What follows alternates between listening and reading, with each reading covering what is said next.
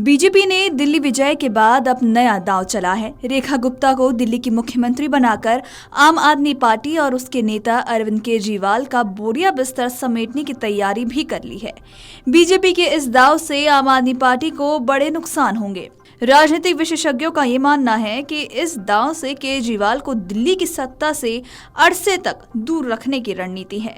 रेखा गुप्ता और अरविंद केजरीवाल में दो समानताएं हैं जो आम आदमी पार्टी के लिए नुकसानदेह साबित हो सकती हैं। दरअसल अरविंद केजरीवाल की तरह रेखा गुप्ता भी वैश्य समुदाय से हैं। भाजपा को अक्सर बनियों की पार्टी माना जाता रहा है, मगर बीते कुछ समय से बीजेपी ने कारोबारी वैश्य वर्ग से एक तरह से दूरी बना रखी थी, जिससे इस वर्ग में कुछ नाराजगी थी। ऐसे में रेखा गुप्ता को दिल्ली का सीएम बनाकर बीजेपी ने उन्हें संतुष्ट करने की कोशिश की है और केजरीवाल को इस वर्ग से अब शायद ही वोट मिले। दरअसल भाजपा भले ही प्रचंड बहुमत से विधानसभा में पहुंच गई हो, लेकिन विपक्ष भी कमजोर नहीं है। आंदोलन से उपजी आम आदमी पार्टी के 22 विधायक सदन में होंगे। कयास लगाए जा रहे हैं कि आतिशी को नेता विपक्ष के रूप में आप पेश कर सकती है। ऐसे में सत्ता पक्ष की महिला मुख्यमंत्री की विपक्ष को करारा जवाब देने में सक्षम होंगी। सदन में तू मैमे की स्थिति में सत्ता पक्ष अपने सदन के नेता को विपक्ष के सामने चुनौती दिलवाने में कामयाब रहेंगे, तो वहीं पूर्व मुख्यमंत्री अरविंद केजरीवाल खुद को दिल्ली का बेटा जरूर कहते हैं। उनका पैतृक निवास लेकिन हरियाणा में है और इसी तरह रेखा का मूल निवास भी हरियाणा ही है।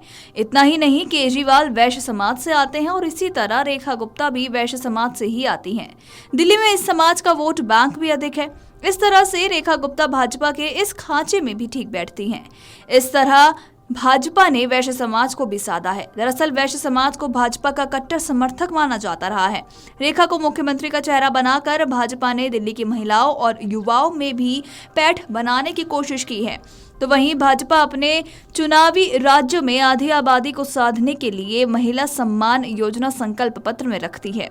दरअसल दिल्ली वालों से भी वादा किया गया है कि पहली कैबिनेट बैठक में महिला सम्मान योजना के तहत 2,500 रुपए देने का फैसला लिया जाएगा।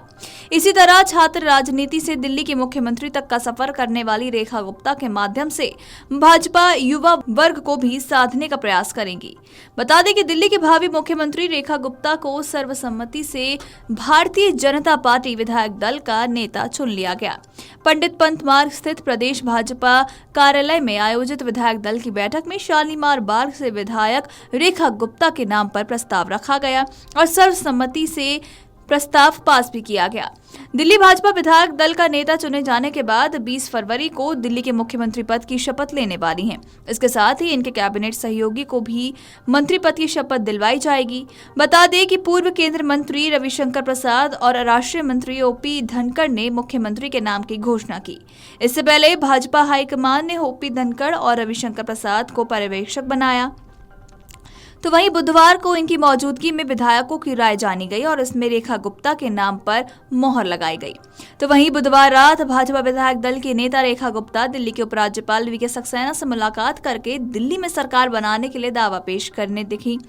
उपराज्यपाल को उन विधायकों की सूची भी सौंपी गई जिन्हें पहले शपथ ग्रहण समारोह के दौरान कैबिनेट मंत्री की शपथ दिलाई जाएगी।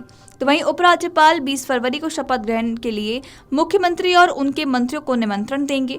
दिल्ली के सीएम की दौड़ में प्रवेश वर्मा, सतीश उपाध्याय, विजेंद्र गुप्ता, शिखा राय समेत कई बड़े चेहरे सामने थे, लेकिन आखिरकार बाजी रेखा गुप्ता ने ही मारी। Video desk amarujala.com। Amar Ujala Jeevanjali के सारथी की मदद लें और महाकुंभ में स्नान जरूर करें।